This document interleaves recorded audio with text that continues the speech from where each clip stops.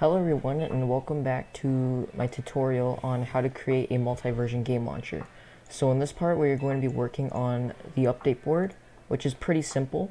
So here I have an HTML file. This is a little template you can use. The code will be in the description or in the pinned comment. And we're going to do this now. This is what it looks like, and what we have to do is just put it into your Google Drive.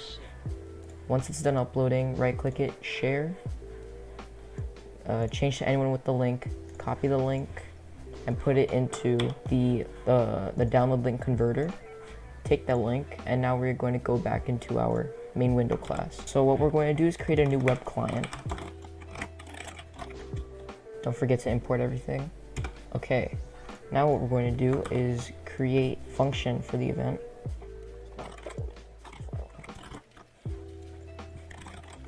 And we're going to put our link in here, link that we saved, and we're going to save it to our current directory.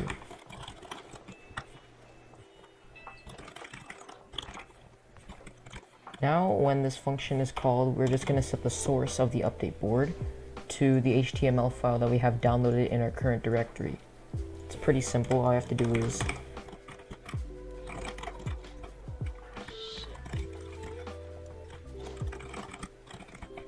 and this is basically all we have to do.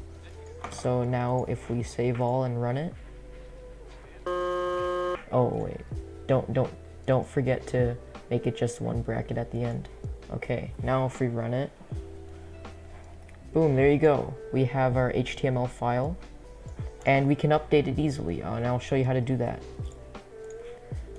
So in order to update it, let's say we have a new version. So if you want to create a new update, all you have to do is take this chunk, UL, and then /UL, Control C, and then Control V, and then you can set this to like, and there, let's this be our update.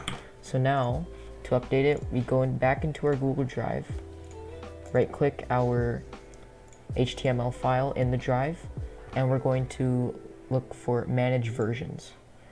Once we have this window up, you're going to upload new version, show all files, and then click on your HTML file that you edited and open.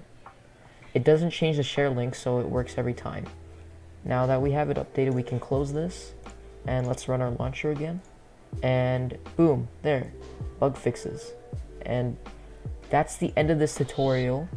Hope you enjoyed, and I'll see you in the next tutorial.